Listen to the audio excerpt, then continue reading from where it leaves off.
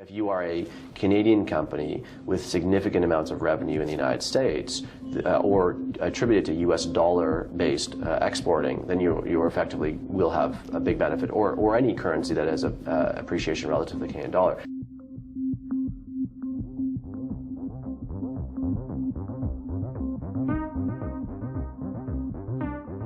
What do you think are some of the favorable sectors?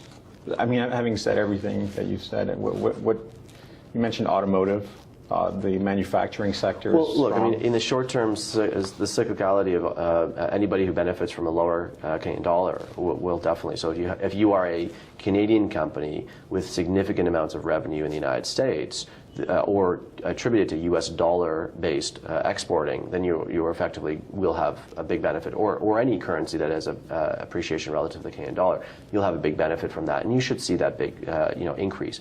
Potentially some of the insurers like a Manulife who has a large position in the United States, or anybody who, like that. Some of those players potentially are winners out of this. Again, I'm forecasting a little bit, but I would say that that's the one thing. But I think in general, here's my view. If you are, I'm a long-term investor. I think about 5 and 10, 15 years. I don't look at 1 year and 2 year periods or even 6 months.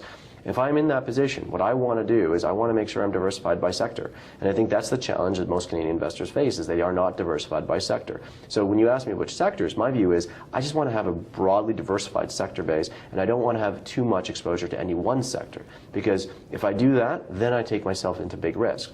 I'm going to have energy positions because it'd be really, really futile to have zero energy in my portfolio today, or zero materials. Because who knows, again, how the stabilization of those commodities and the turnaround of those commodities over time. And if I think 5, 10 years, I want to be positioned